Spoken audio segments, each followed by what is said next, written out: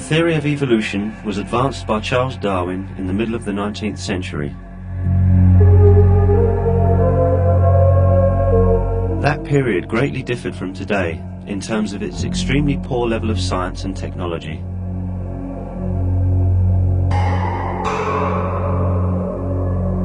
Nineteenth century scientists had to work in simple laboratories with quite primitive equipment.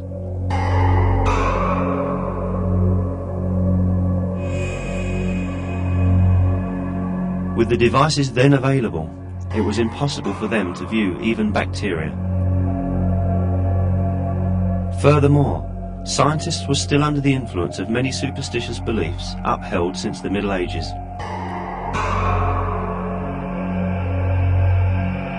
One of these superstitious beliefs was that life had a simple form.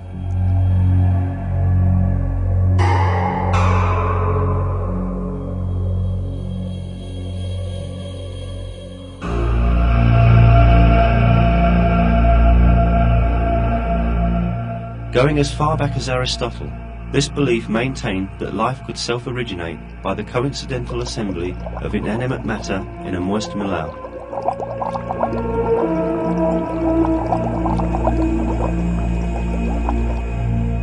While developing his theory, Darwin relied on the belief that life basically had a simple structure.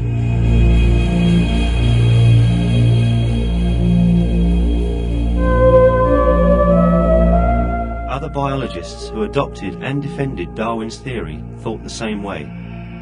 For instance, the greatest advocate of Darwinism in Germany, Ernst Haeckel, supposed that the living cell, which could only be viewed as a dark spot under the microscopes of that time, had a very simple structure. In one of his articles, he referred to the cell as a simple little lump of albuminous combination of carbon. The theory of evolution was based on assumptions such as these. The pioneers of evolutionary theory, like Haeckel, Darwin and Huxley, thought that life had a very simple form, and that this simple form could originate by itself as a result of chance. However, they were mistaken.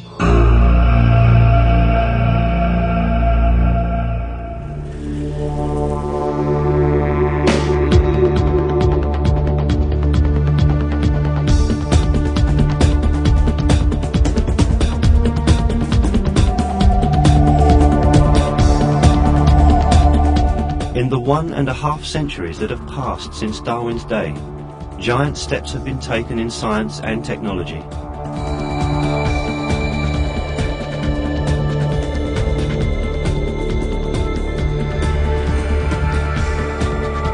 Scientists discovered the structure of the cell, to which Haeckel referred as a simple little lump of albuminous combination of carbon.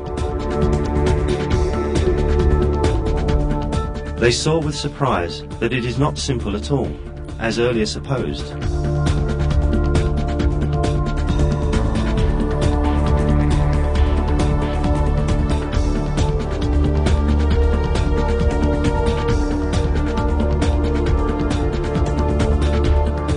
It was revealed that the cell has a system so complex as to have been unimaginable in Darwin's time.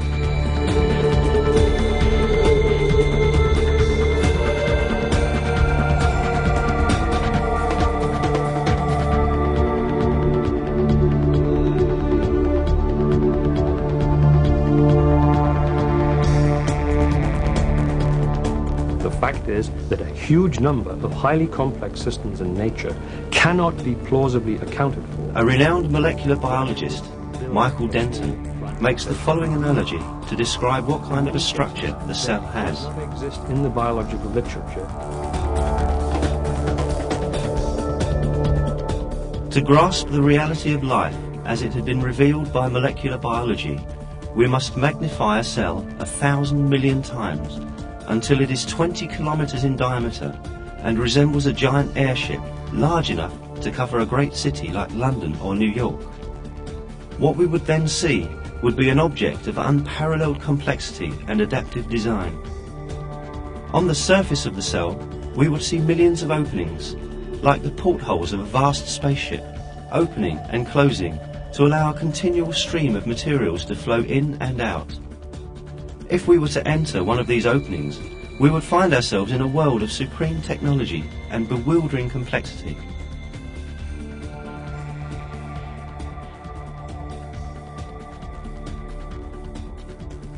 Now let us vitalise Professor Denton's spaceship analogy and see the complexity in the cell closer.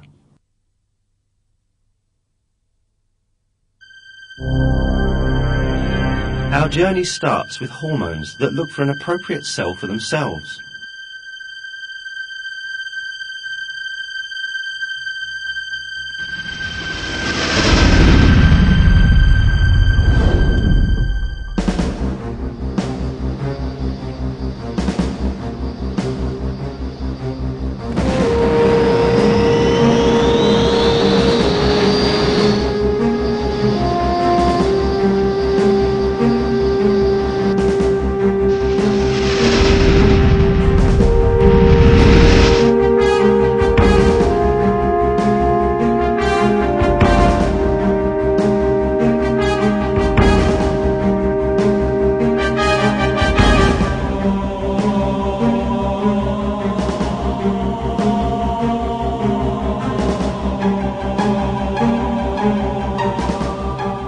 When hormones approach the cell, they first look for a door that will let them in.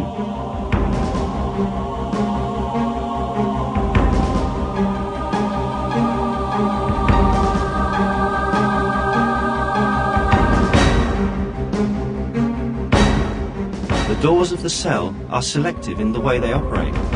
Every molecule stopping by a door is checked by the door to see whether it is beneficial to the cell or not. The doors open only for useful molecules.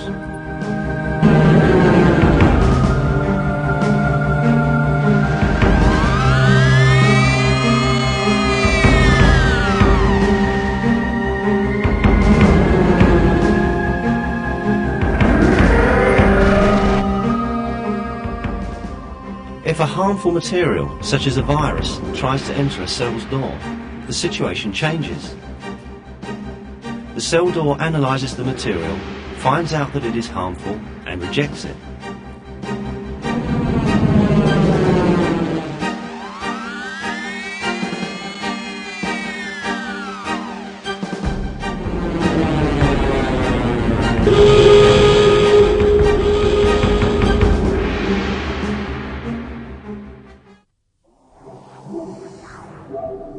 When we enter the cell, we discover, as Professor Denton describes, a stunning technology and complexity.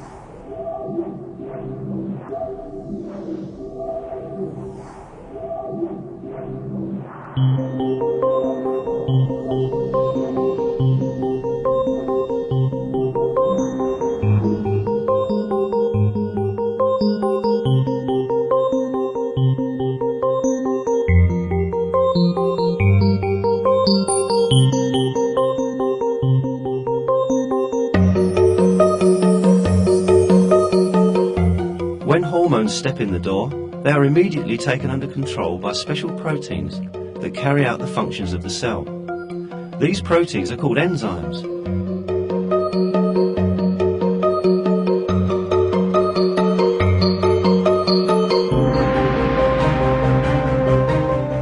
If required, enzymes immediately put the newly arrived hormones to use. If there is no need for these hormones at that moment, they are placed in the storage compartment of the cell, which is called the Golgi apparatus.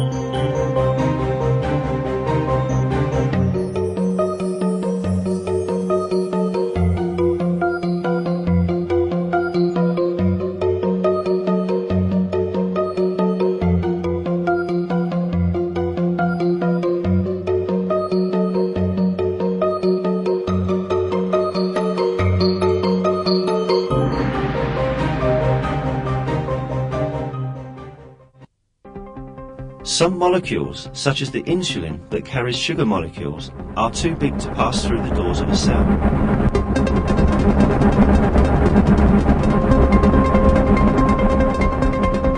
The cell has a specially designed system for such big but useful molecules. The cell extends a special appendage outside its membrane to admit the insulin. The insulin outside is pulled in by this appendage. Of course, there's no need to say that a strict security check is not forgotten.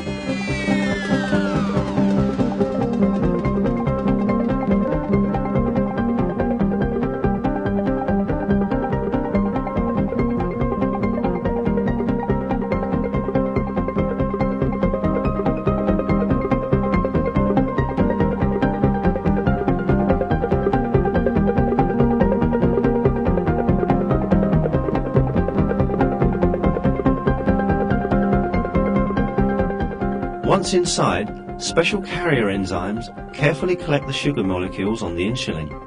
Enzymes convey the sugar molecules they receive from insulin to the mitochondria, which makes up the cell's power-generating plant.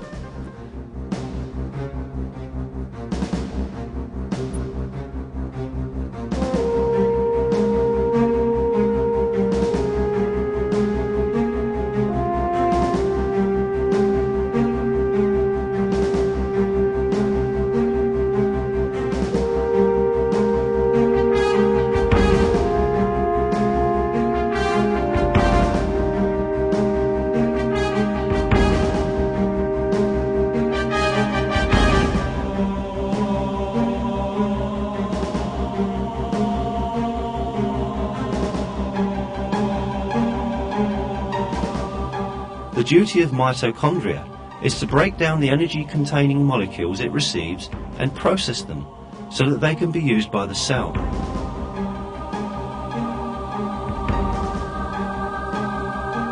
Produced as a result of very complicated reactions in the mitochondria, the ATP energy packs are transferred to the related compartments of the cell through, again, a perfect mechanism.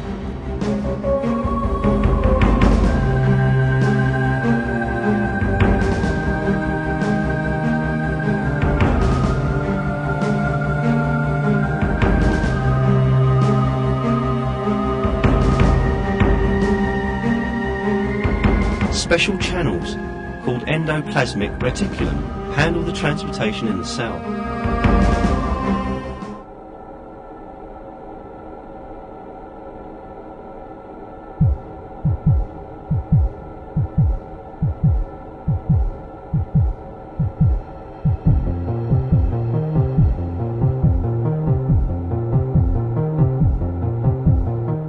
The nucleus, which resembles a gigantic information processing centre, is the brain of the complex system of the cell.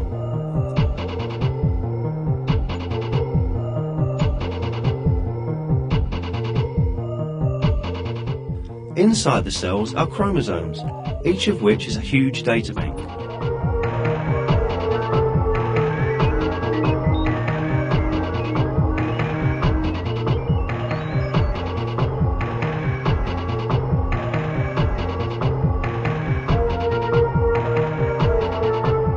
Chromosomes consist of intertwined DNA chains. The detailed plans of all the systems in the cell are coded in these DNA chains.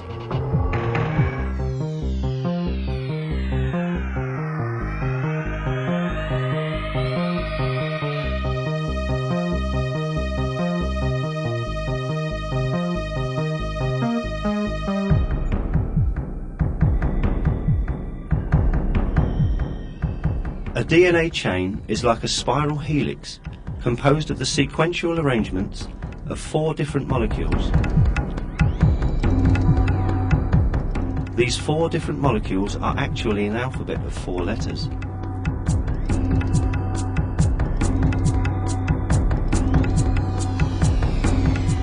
Thanks to this alphabet, an enormous amount of information that would fill hundreds of volumes of an encyclopedia is coded in the DNA molecule.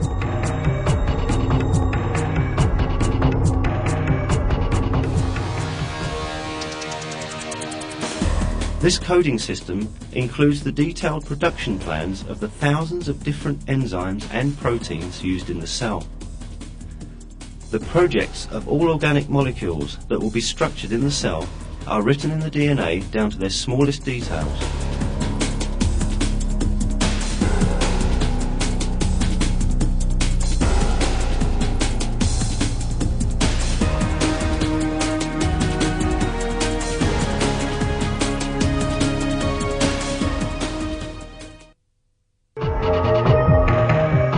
production of an organic molecule, such as a protein, starts with the identification of the gene containing the required information among the DNA found in the chromosomes.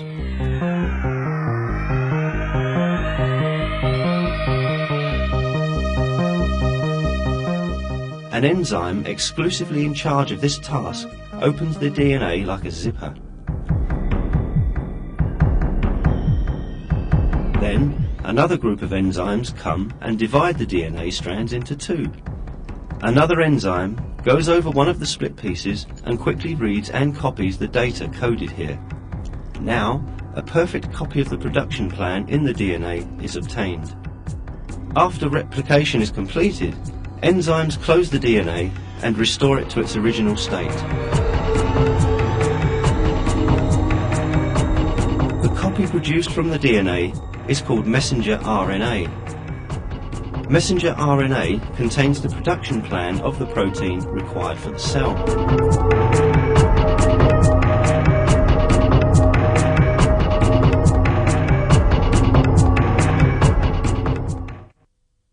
Protein production itself takes place in another part of the cell. This structure, which we can also call the factory of the cell, is the ribosome. There is a perfect system of production in the ribosome. Messenger RNA slips in from one end of the ribosome and slowly proceeds. In the meantime, conveyors called the transfer RNA molecules carry the amino acids, which are the components required for the protein to be produced, to the ribosome in a complete state and in the right sequence.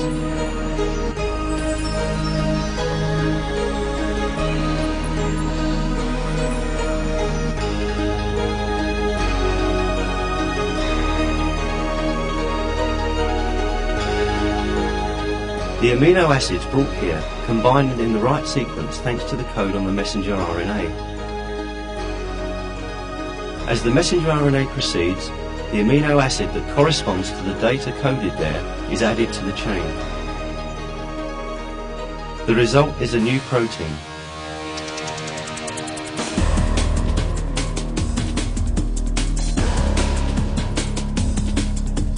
The slightest mistake in the amino acid sequence would cause the protein that is produced to be useless.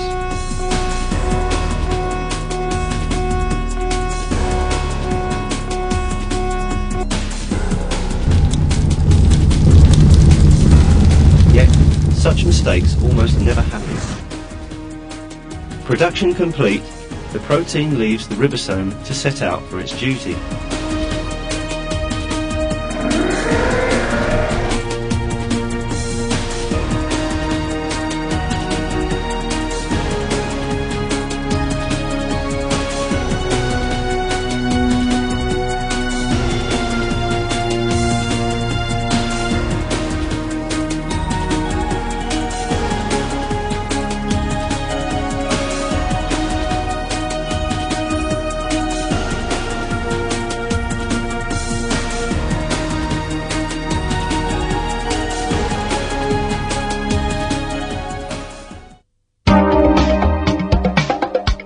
All these extraordinary processes take place, not somewhere far away, but right on your own body. The events we have simplified here are actually far more complicated, and they are continuously repeated in each and every one of the 100 trillion cells in your body.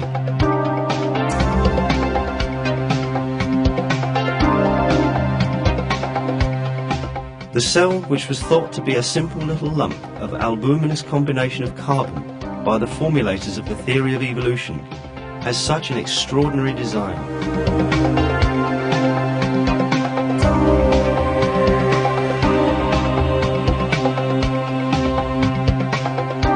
This magnificent system certainly could not have emerged by chance, as the theory of evolution claims.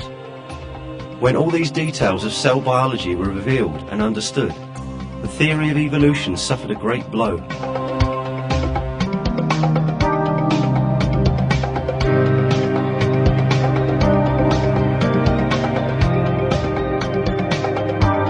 Today, many of the world's distinguished scientists acknowledge that life, as embodied in the living cell, cannot be a product of chance.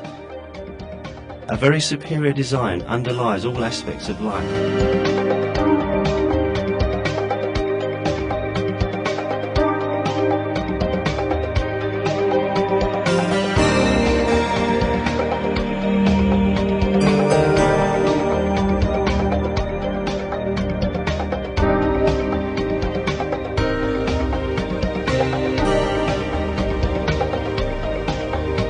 One of these scientists is Michael P.O.E, an acclaimed American professor of biochemistry. He refers to the fact of design in the cell as revealed by modern science as follows. I think the conclusion of design is a scientific one, an empirical one, based completely on the observable system the universe and life were intended, that they are the product of intelligent activity. And I'd just like to point out that this idea comes from the progress of science. It is not from what we do not know, but is rather from what we have learned over the past 50 years.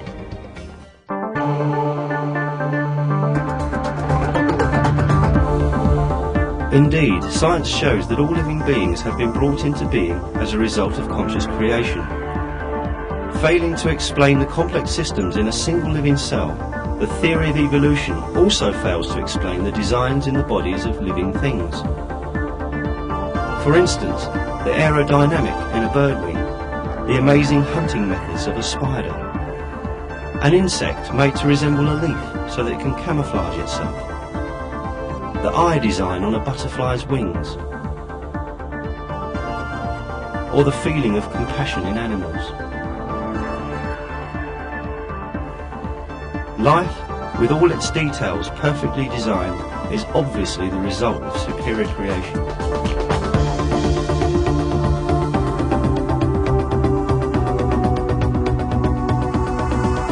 That superior creator is the Almighty God, the Lord of the heavens, the earth, and everything in between.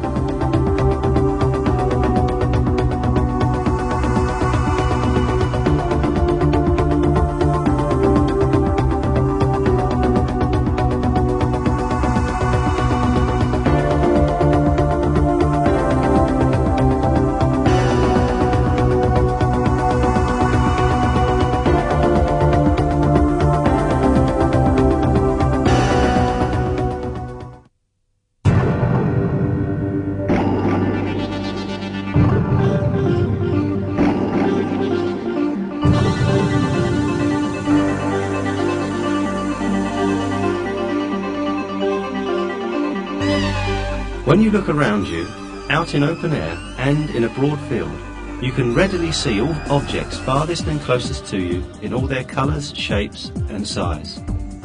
This view, which you have obtained without making any effort, is produced as a result of numerous complex reactions and interactions in your body.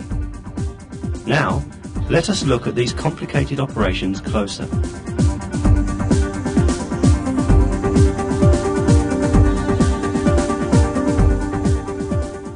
The human eye has a fully automatic mechanism that works perfectly. It is made up of the combination of 40 different basic parts, and all these parts have critical functions in the process of seeing. Any defect or disability in even one of these parts would make seeing impossible.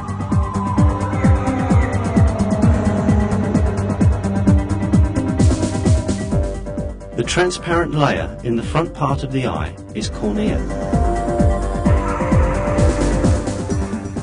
Right behind lies the iris. Giving the eye its colour, the iris adjusts its size automatically according to the sharpness of light, thanks to the muscles attached to it. For example, if we are in a dark place, the iris widens to take in as much light as possible. When light increases, it shrinks to decrease the amount of light coming into the eye.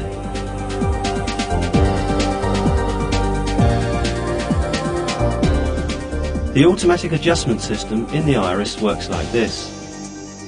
The moment light comes into the eye, a nerve impulse travels to the brain and gives message about the existence and brightness of the light. The brain immediately sends back a signal and orders how much the muscles around the iris will contract. Another eye mechanism working parallel to this structure is the lens. The duty of the lens is to focus the light coming to the eye onto the retina layer at the back of the eye. Thanks to the movement of the muscles around the lens, light rays coming to the eye from different angles and distances can always be focused on the retina.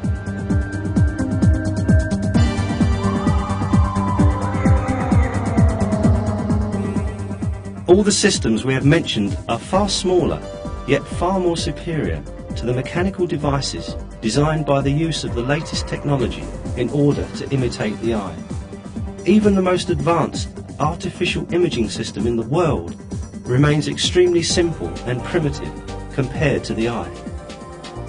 When we think of the effort and knowledge that has been put into developing these artificial imaging systems, we can understand with what a superior creation the eye is made.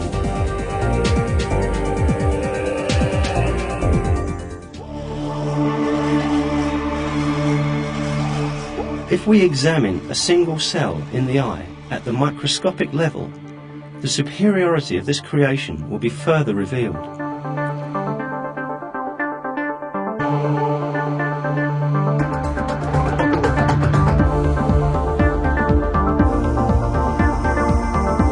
Let us suppose that we look at a crystal bowl full of fruit. The light rays coming from this bowl to our eye pass through the cornea and iris and are focused on the retina by the lens. So, what happens in the retina so that the retinal cells can perceive light? When light particles, also called photons, strike the cells in the retina, they produce a cascading effect like a row of dominoes carefully arranged one after the other. The first of these dominoes in the retinal cells is a molecule called 11-cis-retinol. When a photon of light interacts with it, this molecule changes shape. This forces a change in the shape of another protein, rhodopsin, to which it is tightly bound. Now, rhodopsin takes such a form that it can stick to another protein called transducin, which was already present in the cell, but with which it could not interact before due to its shape's incompatibility. After this union, another molecule called GDP also joins in this group.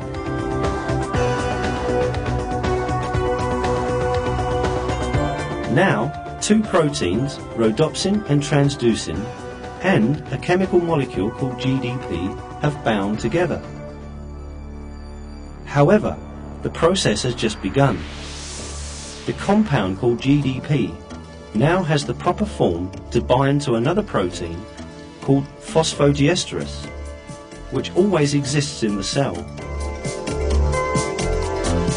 After this bonding, the shape of the molecule that is produced would trigger a mechanism that will start a series of chemical reactions in the cell. This mechanism changes the ion concentration in the cell and produces electrical energy. This energy stimulates the nerves lying right at the back of the retinal cell. Consequently, the image that came to the eye as a photon of light sets on its journey in the form of an electrical signal.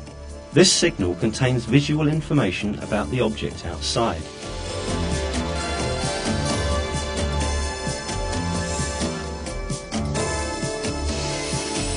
In order for seeing to take place, the electrical signals produced in the retinal cell have to be transmitted to the centre of vision in the brain. Nerve cells, however, are not directly connected to one another. There is a tiny gap between their junction points. How then does the electrical stimulus continue on its way? At this point, another set of complex operations takes place. The electrical energy is transformed into chemical energy without any loss of the information being carried, and in this way the information is transmitted from one nerve to the next.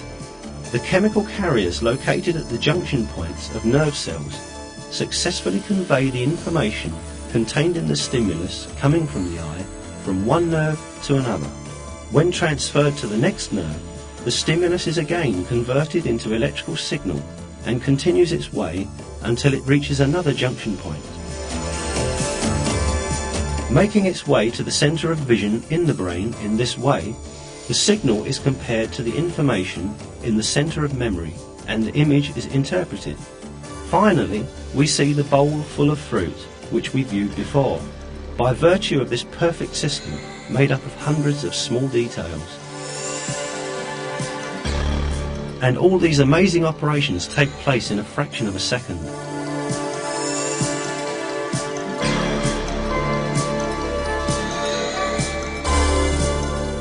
Moreover, since the act of seeing takes place continuously, the system repeats these steps over and over. For example, the molecules playing a part in the chain reaction in the eye are restored to their original state every time, and the reaction starts all over again.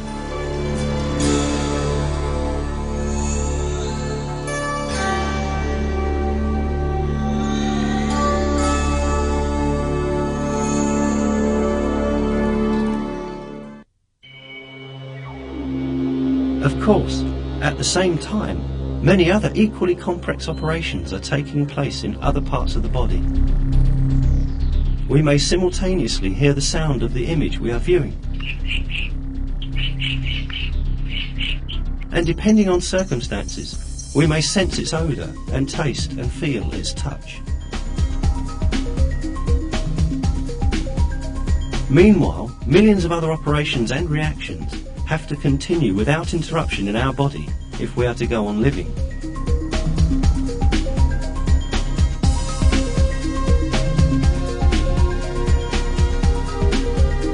The primitive science of Darwin's day knew about none of this.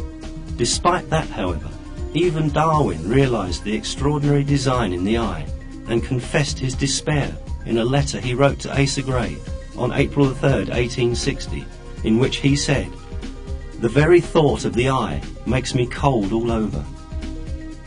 The biochemical properties of the eye that have been discovered by modern science dealt a greater blow to Darwinism than Darwin could ever have imagined.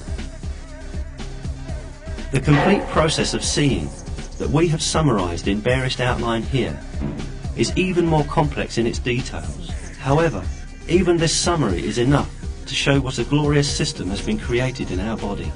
The reactions taking place in the eye are so complex and so finely tuned that it is quite unreasonable to think that these are a product of chance occurrences, as the theory of evolution claims. Michael Behe, a recognised professor of biochemistry, makes this comment on the chemistry of the eye and the theory of evolution in his book, Darwin's Black Box. It is longer enough for an evolutionary explanation of that power to consider only the anatomical structures of whole eyes, as Darwin did in the 19th century. Each of the anatomical steps and structures that Darwin thought were so simple actually involved staggeringly complicated biochemical processes that cannot be papered over with rhetoric.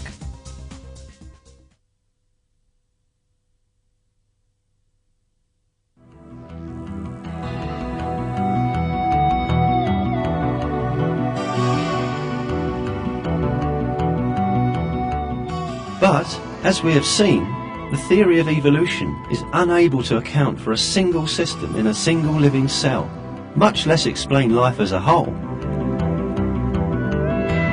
Having utterly demolished the hypothesis that life is simple, science demonstrated to humanity a very important fact. Life is not the product of unplanned happenings. It is the result of a perfect creation. The perfect creation of a superior creator who brought life into being, who is God, the Lord of all the worlds.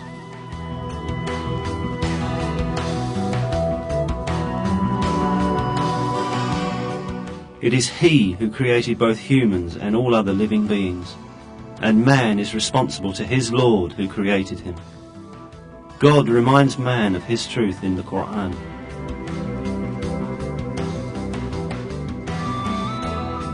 It is He who has created hearing, sight and hearts for you. what little thanks you show.